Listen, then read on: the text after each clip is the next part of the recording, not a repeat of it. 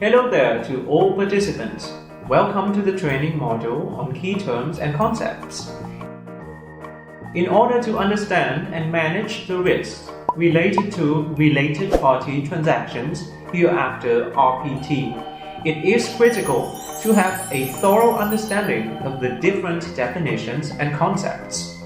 In this video, you are going to learn about the definition of related parties, understand conflicts of interest, understand the definition of related party transactions, or as I said, RPT, and understand the definition of arm's length transactions on market terms.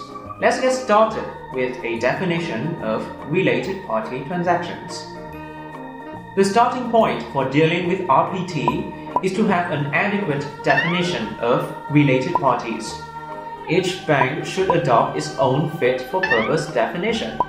A good definition of related parties broadly covers all persons, entities, and their business interests who may be perceived to have some potential or actual conflict of interest, or some power, authority, or influence, direct or indirect, in a transaction which may be to the potential detriment of the bank. All related parties should be subject to particular policies and procedures to ensure that the related party transactions do not compromise the objectives and/or the stability of the bank.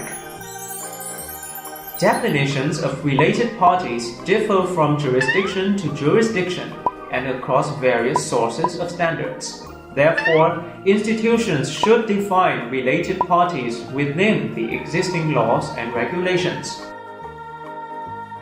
In Vietnam, the definition of related parties is defined by the Law on Credit Institutions and the recently revised Law on Enterprises 1.3, or LOE, also defines related parties.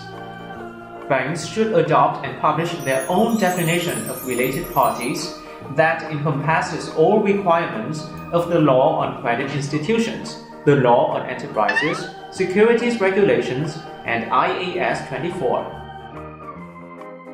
A definition of related parties should be high-level and broad to capture relevant parties and transactions that present a risk of potential abuse. In most jurisdictions, directors, including non-executive directors, supervisory board members, senior managers, substantial shareholders, and their close family members, and any business entities connected to these parties or to the entity itself are considered related parties. Let's look closer into each of these related parties. Directors. When considering related parties, directors should include all persons who act or are seen to be acting in the role of a director, active and influential in board decision-making, whether or not remunerated, including supervisory board members.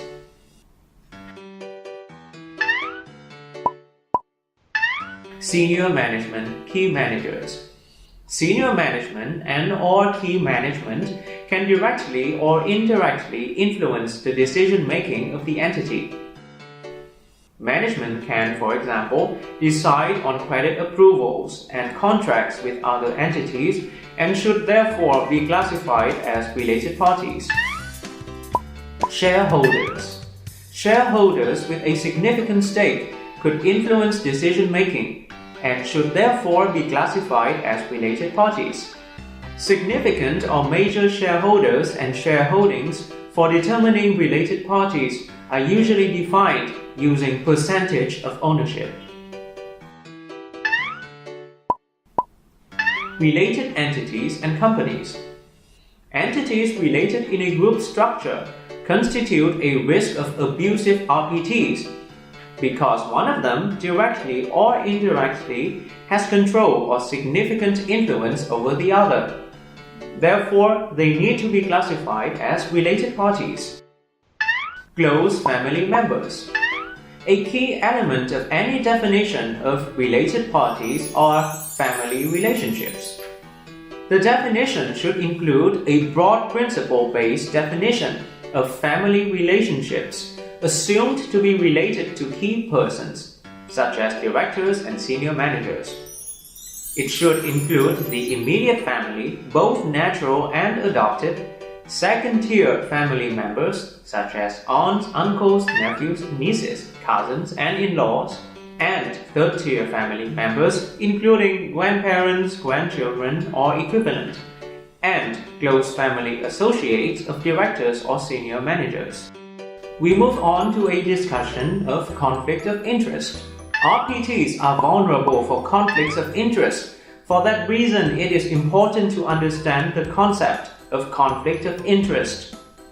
Now, there is no globally accepted definition of conflict of interest, hereafter COI, yet the term is widely used in commercial and legal transactions and is acknowledged in codes of ethics as a reality that may arise at any time. COI may be defined as the act of pursuing the interests of particular firms or individuals at the expense of the interests of others.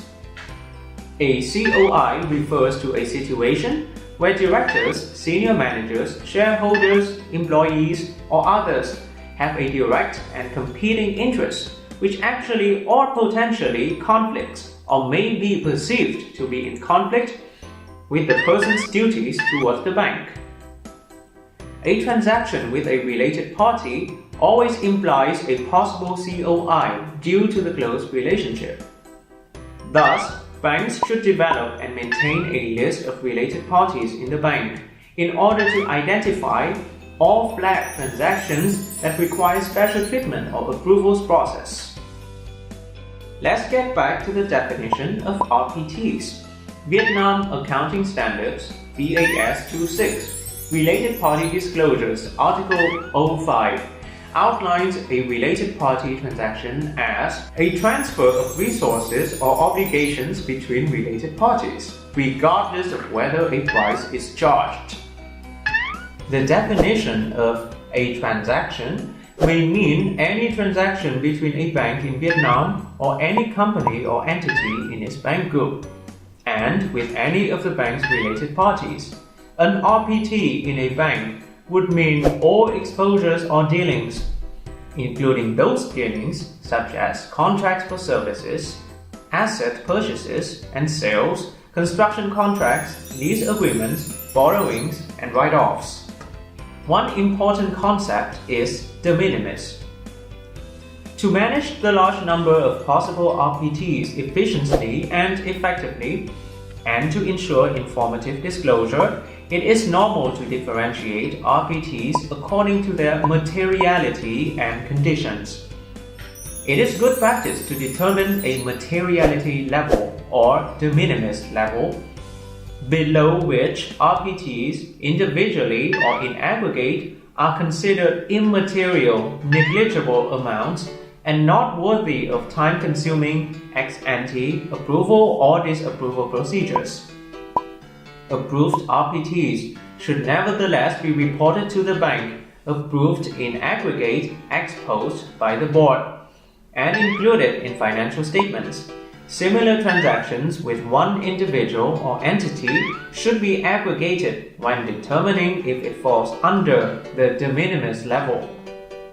Vietnam regulatory guidance to date has not set a de minimis level. In the absence of this regulation, it is recommended that each bank determine a de minimis level in absolute terms. Material RPTs of greater significance at or above the de minimis threshold should be subject to strict ex-ante decision-making and approval or disapproval processes by the board and/or shareholders. The final definition on this video is arm's length transaction. In general, all bank transactions are expected to be conducted at arm's length, where parties to the transaction are well informed, dealing willingly and independently in their own best interests, each striving for the best terms and conditions they can achieve. This would apply to transactions with related parties as with unrelated parties. In doing so, it is assumed this process results in a fair market value for the transaction, a fair outcome for the party and for the bank. For RPTs, the transaction should have no terms or conditions more favorable than would be offered to the public in the normal course of business, or which could be expected to apply in similar transactions on the open market.